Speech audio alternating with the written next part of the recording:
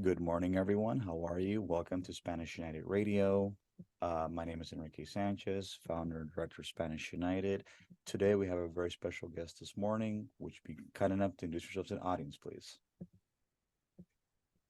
Hello, yes, good morning. My name is Angelica Duenas, running for Congress in the East San Fernando Valley. So happy to be here.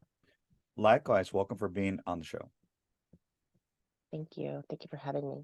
Yes, as we met last Saturday, it was a pleasure meeting with you, talking with you, and canvassing for you and for Constantine and for Jillian. And one of the questions we would like to, ask on Spanish United is what motivated you to run for Congress? What are the issues you're running for? And what is the outcome that you would like to do if you are elected into Congress? So let's start with the first question. Mhm. Yeah, no, it was really nice to meet you too, and your mom was very sweet this weekend at our canvassing event. Well, what motivated me to run for office was our lacking representation. When I first started running, I was running against Tony Cardenas, the current sitting congressman who has been in at every level of government here representing our community from the state, the city to federal. And in his over 25 years of being in power, we have nothing to show for it. If anything, things have gotten worse and the corruption in government has gotten more obvious. And where we see people who know, if you're in the know, if you're in the club, things go very well, and if you're Mhm. not, they just don't. And so that was one of the main things in 2015 when Bernie Sanders announced his first presidential run, and I got familiar with his platform and the issues. A lot of these terms and ideas I was not familiar with until Bernie Sanders' platform. And a lot of the things that I had been feeling and or like the corruption within the Democratic Party, which is who is all around us here in the San Fernando Valley, Mhm. it was, all these things that Bernie was speaking out on really spoke to me. And that's kind of what got me involved in politics, kind of to begin with. So the issues that we've been fighting for, that I've been fighting for consistently since 2015, 16 on this way, previously supporting Bernie's campaign and now with ours, things like Medicare for all or universal health care, affordable housing as a human right, um, a federal jobs program through the Green New Deal, um, addressing the the the corruption in preventing unionization of labor, and now most recently the genocide in Palestine, and the fact that our local representatives are remaining silent and not Mhm. even acknowledging the genocide. So a number of things, as the more we continue running, the more reasons we have to keep our race going. This is my fourth time running. In 2018, I ran as a green. I got 6% of the vote then, and Impressive. everybody was impressive for a green. Yes, the fact that the Greens were 0.3% of the registered voter. But I got a lot of people like, if you should be Democrat if you were only Democrat. And so we made the switch, and it sure did make a difference. We were able to get a lot more support. We got 43.3% of the vote in 2020. We made it past the primary into the general, and then same thing in 2022. Since we did so well in 2020, we ran again. We did a little bit less well, just because there was way more money spent against us and a lot more efforts made against us, including super PACs, independent expenditures, and APAC that kind of piled on Mhm. in 2022 against our campaign. And so here we are again in 2024, in a different position that Tony Cardenas has announced his retirement. He's not running for re-election. It is now an open seat, and it's only three candidates: myself, a Republican, Benny Benitez or Bernal, Hmm. and Luz Rivas, a sitting assemblywoman who is not terribly popular. So we have Mm. an excellent opportunity here to get this seat, and we're working on doing just that. Nice. So Tony Cardenas, is he is he the one that's retiring here in the state of California, or is it in Yes. Washington? Well, I mean, he's representing the East San Fernando Valley. Congress, is meets in DC. So both? Hmm. I'm not understanding your question. He lives in No. Panorama City, but he represents our district in Washington, DC. Oh, okay, okay, okay. Because I thought he was like, the one that was in Washington, because you have state congressman and then you have Right. national He's congressman he's that's a in US Washington. Con right, he's US Congress. Uh-huh. Okay, nice, awesome.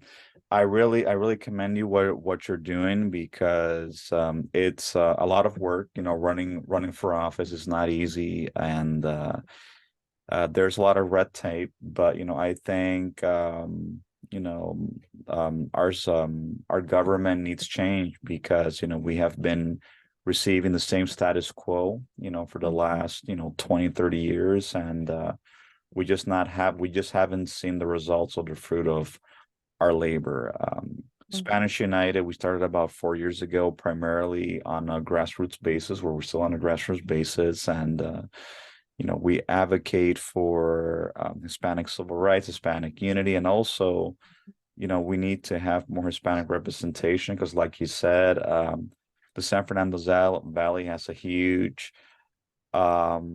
population of Hispanic people, but again, Hispanic people are not represented in many aspects of government, and especially when it comes to social issues like housing, unions, wages. It really affects us the most. So I really commend you for what you're doing because we need to have more we need to have more Hispanic leaders that are there to represent the people and not represent special Mhm. interest. Yeah, precisely that. I mean, here in the East San Fernando Valley, like ever since, in junior high, come on this way, I've been represented by, mostly Latinos, and each cycle there's more and more Latinos that are running for office, which I think maybe like in the late 90s or something, like in the 90s, and like I don't know, a while ago, it might have made that was good enough just to have a Latino in office, a Hispanic in office. And at this point that's no longer an anomaly. That's no longer like special. We need something more than just, somebody that looks like me, sounds like me, and, came around from where I was from. Because around here, everybody here's from Pacoima. Everybody went to San Fernando High School. Everybody has a story about like back in the day, my janitor this parent and my gardener that parent and factory that parent. Like everybody has a story. We all have a story. But at the end of the day, it's like, what are we doing with our power? And what I'm seeing is that we have people that seem like they're good people with well intentions, but something happens, something gets lost once they're sitting in power. And I think it's corporate funding. If Mm, you take a look at where all of our current representatives' money comes from, the majority comes from special interests. And one mm, can even argue that even the unions, not the people at the bottom, but like the up above, they're not with the rank and file anymore too. There's also a lot of special interests that happen in some of these unions once they get to a certain level, and it comes down to making deals and trying to like wield power and what have you. And the ones at the top are always okay, and the ones at the bottom are the ones that are struggling. mm, So there's a lot that go around here. Even the nonprofits, are part of the whole mix being utilized to rise people up, to be used as a vehicle to, kind of, I don't know, like prepare future vendidos, mm, to go into power. And so it's a whole system out here in the East San Fernando Valley between the electeds, people that work for the electeds, the Democratic clubs, nonprofits, And even vendors, associated with all of these that are using the system, government money and funding and access between family members, friends, or you know, connections to better themselves, to put money in their pockets, to make their families rich, and to take advantage of the people. Why? Because people trust people that look like them, sound like them, have stories similar to them. But, at the end of the day, if they are not going to actually help us, then it's even worse. It's Hmm. even worse than a racist Republican that at least we know where they stand. Not to say that all Republicans are racist. I'm just using Right. as an Of course, of course, at least somebody has that at least of But course. I'll be honest and say throughout the years, and I've been running for office for quite a bit, and we talk to a lot of people. We have support from not just Democrats, not just lefties or what have you. It's working class representation, and we do well with people who are hungry for change, people who have been observing the corruption of the status quo. Mhm. And these people have great stories and great backgrounds and fancy degrees. But it's almost like you could hold them even more accountable for their lack of action. Because if Absolutely. you have such a, you should know better, and Hmm. you should be in a position to use your knowledge and your power for us. And if you're not, it's like a crime, really.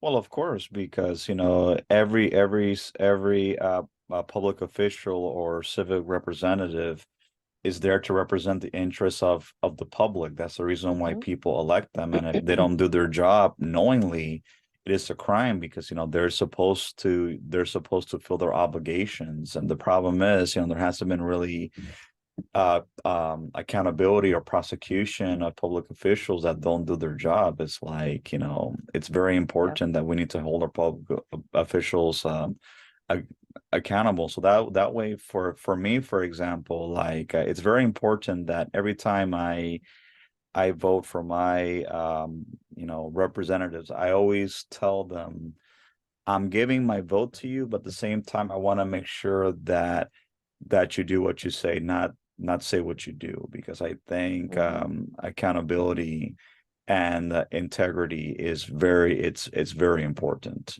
I've had many conversations with politicians on that. So the second part of the question is what are the positions that you are running for or standing for that would be of interest to the public, especially towards the Hispanic community? Hmm. Well, I mean, as I'm running on a full platform that I think that would benefit the working class across the board, regardless of, background. But just to kind of go over it, healthcare for all, universal healthcare, affordable housing as a human right, a guaranteed jobs program, federal jobs program through the Green New Deal, um, a progressive foreign policy. I think that's something that would be super, important to I think to everybody, but like Latinos, caring for veterans, obviously protecting Social Security. I have an elderly mother and lots of elderly family members and people in the disability community that need that protection of Social Security that always is being threatened. I believe that higher education should be tuition free and that we should be canceling student debt. I think that's something that would benefit our community. Immigration reform.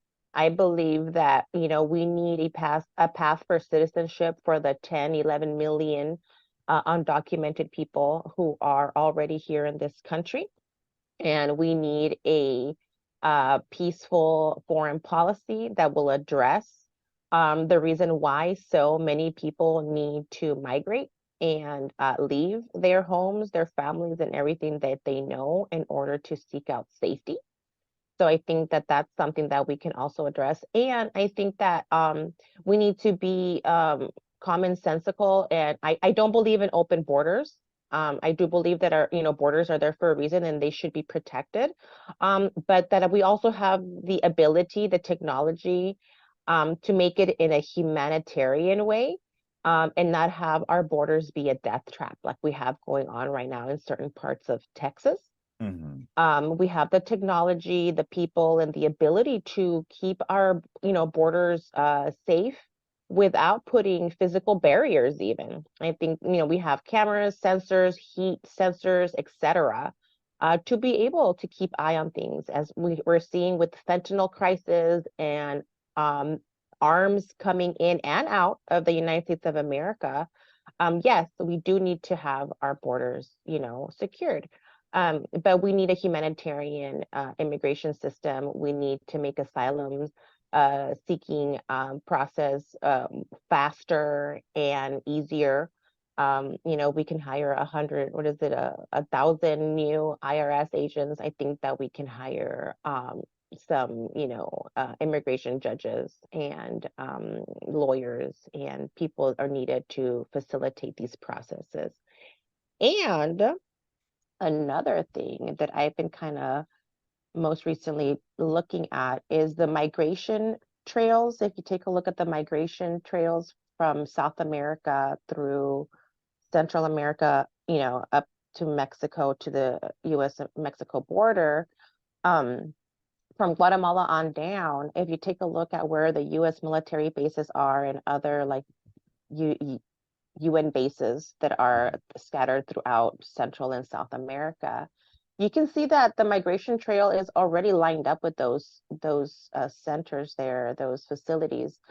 I propose an idea to transform these centers into um, international asylum seeking centers where the world can come and be able to welcome some of these people and start the process of giving asylum and having these folks not have to trek 8,000 dangerous miles where they are facing rape, death, starvation, sickness, etc., to be able to get somewhere and to do it in a documented sense, because undocumented people are victimized. They're being Mm-hmm. trafficked, they're being killed, they're being used, they're being manipulated. They're the perfect victim for employers, for landlords, for partners, romantic partners, Mm-hmm. um, etc.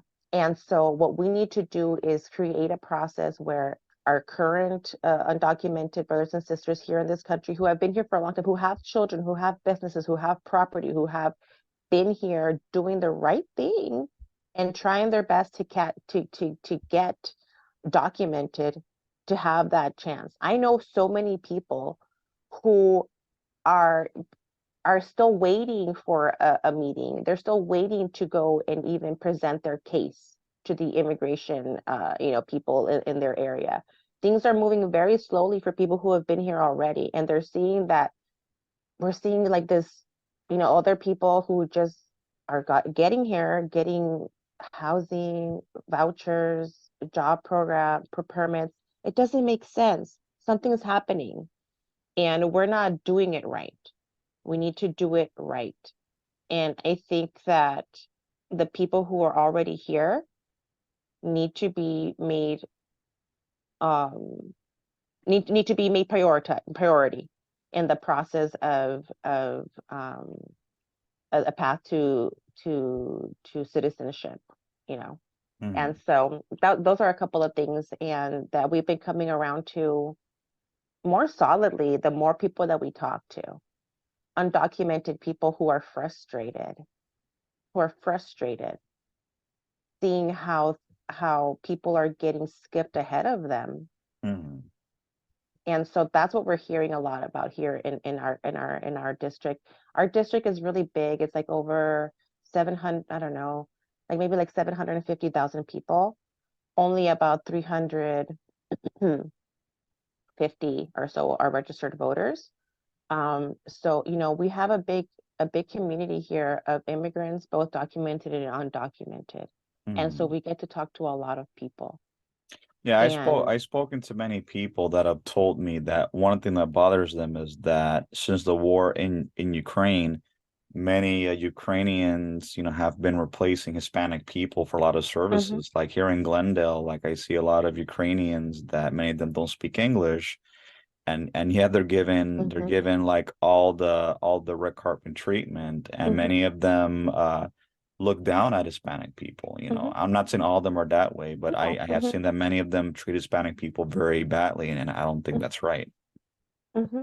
Absolutely. So things like that. And again, I'm all for humanitarian and asylum. And if people who are running away from a lot of horrific things that a lot of the times we are playing a big hand in Mhm. with disrupting governments, economies, providing arms and funding, right? The Monroe And Doctrine so is a big problem in Latin America. thank you. Yes, and that's in the America. Absolutely. Absolutely. So I mean, we are disrupting governments across the world, right? Mm, And so again, we need to like address, like we need to stop doing the things that cause people to have to migrate, such as, like you said, wars, economic disruption. We are, with all of these like NAFTA and all of these other economic agreements throughout the years, and blockades and overturning of governments that mhm, we've been doing throughout. These are the reasons. And now, on top of it all, climate change. mhm, I mean, we're seeing it here, even in our own state. Look at San Diego, right? Just a couple of weeks ago, we've had like rivers in people's homes. Okay, people that never seen that before. mhm. The Absolutely. climate is changing and people we need to start thinking of ways of solutions. And I believe that we already have 900,000 or something now military bases across the planet outside of the United States of America. Mhm. Why can't we transform those spaces into places of, asylum, technology, education, a gift to all of these countries that we've already caused so much damage to in many cases. Yeah. Absolutely. Like when I've had conversations with people, from the far right and the conservative base, I always tell them that if you ask most Latin Americans that come here legally or illegally to the United States, they will all tell you that they don't want to be in the United States. They are being forced to come here because they Hmm. have no way of surviving in their own country. And part of it has to do when the United States government intervenes in democratic processes of these Hmm. countries and causes chaos. Like Latin America in itself is not poor. They have a lot of resources, but the problem Hmm. is you have special interest groups, and then you have the Latin American elites, which a lot of people don't realize that the Latin American elite is responsible for also a lot of the inequality that's in Latin America. And Hmm. when the United States supports that minority, and they don't want an alternative, that causes a recipe for a disaster. And the same thing Hmm. with Cuba. Like I was in Cuba back in 2002, and the embargo has completely destroyed that country. And Hmm. I'm not for communism in any way, shape, or form, but I believe that the embargo has served no purpose. The embargo Absolutely. Who has has it affected, right? Who exactly has it affected? it's affected the Yeah. people. Like the government doesn't get Hmm. affected the people, and I Hmm. just feel that you know if that embargo were not to be there, then the government would have to do reforms similar to what China did in the Exactly. 90s, because China's a communist country, but yet the United States had never given them preconditions at all. So I Mm-hmm. feel Hmm. that Latin American countries, in order for them to develop, they need to have their they need to America needs to represent their democratic institutions, regardless if they agree with them or not, because that's the only way Latin America is going to be able to develop. And then this migrant crisis that we have wouldn't be happening to begin with. Hmm. Absolutely. And then with Cuba, I mean, obviously, I don't agree with communism either. I think it just doesn't work because of corruption, government corruption, and the such. And the same thing with Latin America. I mean, Latin America is so rich in so many things, from from natural resources to culture to Agriculture. agriculture to tourist attractions and nature and all this stuff. There's so many things that make Latin America rich, right, in resources. But the US, Canada, and Europe has done a real good job of privatizing and really siphoning that out. But now we see some countries, look at Mexico and other countries that are making their moves, right, El to Salvador either is an example. El Salvador, El Salvador is, sometimes like certain things are not going to work everywhere and certain things are going to work better in other places. And it is what it is, right? El Salvador's gotten tough. And you know what? It's tough times, right? Tough, desperate times call for desperate measures. And we also had a big hand of what made El Salvador, Hmm. a war-torn country, civil war. I mean, and then on top of that, the Mara Salvatrucha and all of that stuff that came along with that, and the Hmm. the the murder, destruction, and just the carnage. And so, all of these, a lot of these countries are coming around to just addressing the corruption, it seems like. It's like, Hmm. look at that. Look at Mexico, who's done such a great job. I think AMLO has done a really marvelous job, very, very masterful, I would say. Hmm. How he's done, okay, from here on forth, we're not going to do this anymore. So I think that was really safe of him to be like, I'm not going to prosecute all of this stuff, like a lot of it. Why? Because he doesn't want to get assassinated, right? Right. Smart. And so, but going de aquí en adelante, no more, ya no más, basta Hmm. ya. And it's been working. I mean, obviously there's still corruption and there will still exist, and you can fix everything. One guy can't fix everything. Right. One party, one session, one cycle can't fix everything. However, addressing a lot of the corruption, a lot of the waste, a lot of the BS, lo and behold, just a little bit of it. Look at the big transformation. You have um viejitos getting their stipend, their monthly little check card. I have my Hmm. aunt is over there. She's so happy, with like food access, all this stuff, medical. They have like health centers that come into like the old, Hmm. faraway towns that don't have access to, services. Like there's all of these things that are happening. Youth are being paid to go to school. There's jobs programs, like things are, obviously it's not an overnight thing, and there's a lot of cartels and there's a lot of this and there's a lot of that, obviously, yes. Hmm. The women are still being murdered, yes. But there's certain changes that are being made to the point that Mexicans are not, or Mexicanos are no longer the ones that are coming in such big numbers, right? Like they're like, Hmm. oh, well, we're gonna stay. Now more young people are staying and doing school and doing their Hmm. education in Mexico.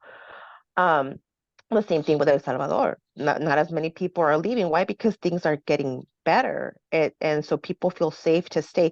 Who wants to leave their family and everything that they know? Exactly. Who? Nobody For does. cash, everybody understands that. I mean, maybe some people still have that idea that like coming to America is like so easy, or like living your life here. But it's coming around to people like, nah, it's freaking expensive.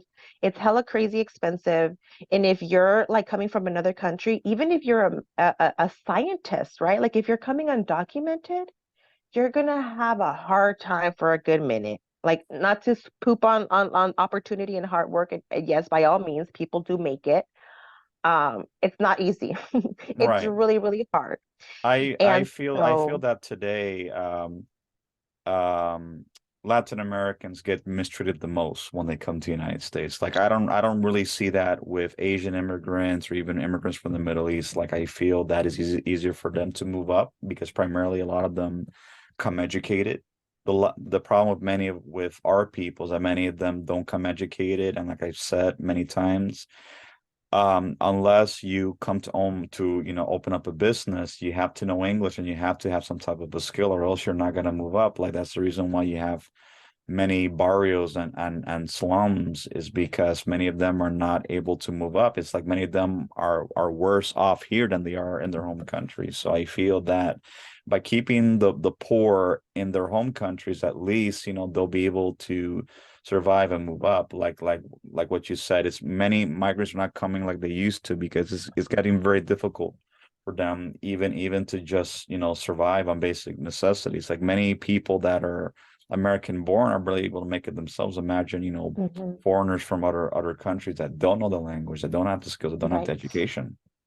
hmm No, I think, coming as an immigrant from wherever, it's hard. And if you don't have anybody here to help you, it's going to be extremely difficult no matter where you're from. I think, since we're in LA, we kind of see Latinos more than anybody else. Right, And I don't know, how they say, I don't know whose grass is greener on the other side, but it seems like other cultures and stuff have like some support systems, right, in place. And you kind of see them kind of roll a little bit tighter or something like, right. or it appears to be. Again, right? Grass seems always to be greener on the other side, but I think that, what we need to definitely do is start with addressing what's making people leave their everything.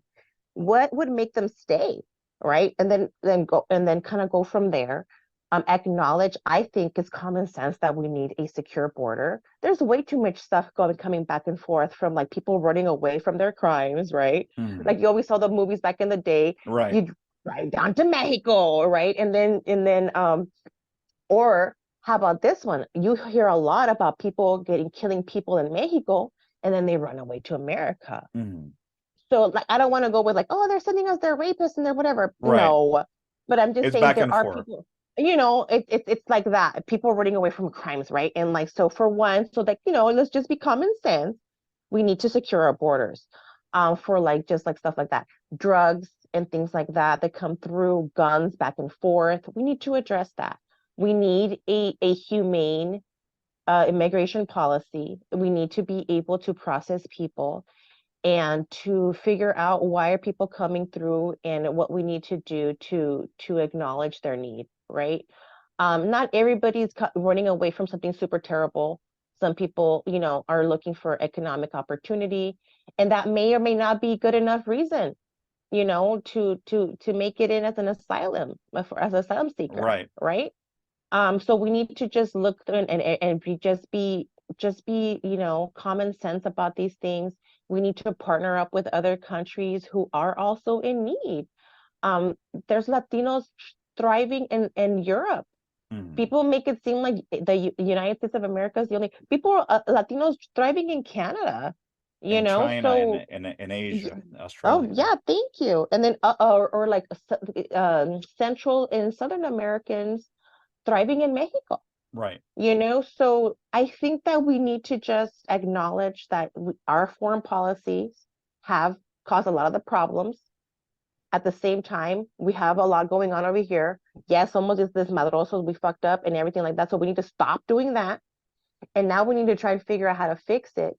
But the solution isn't just like, well, let's everybody come here. That doesn't even make sense, Right. right?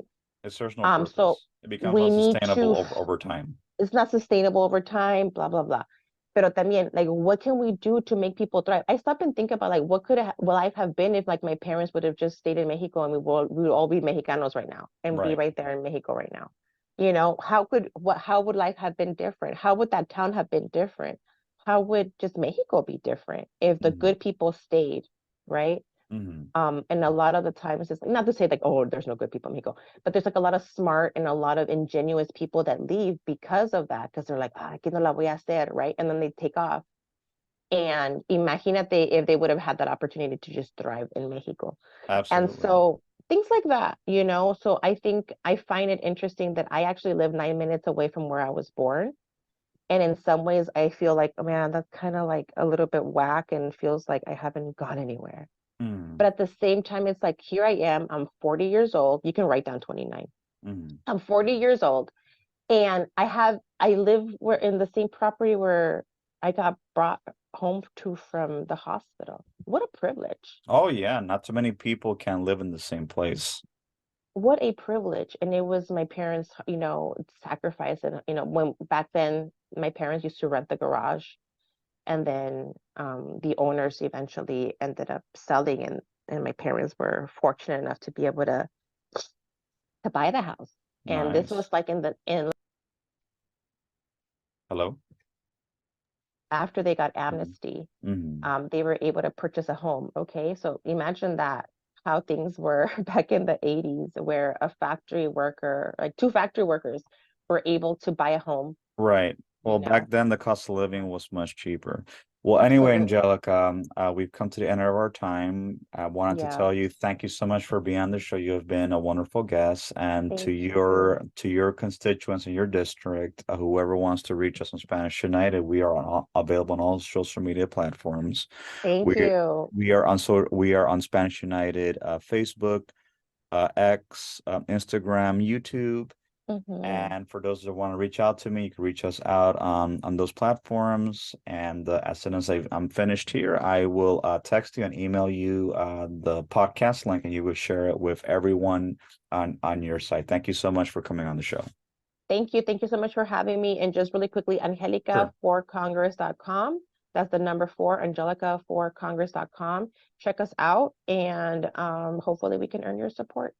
Likewise, have yourself a good morning and a good day. Thank you, you too. Bye bye.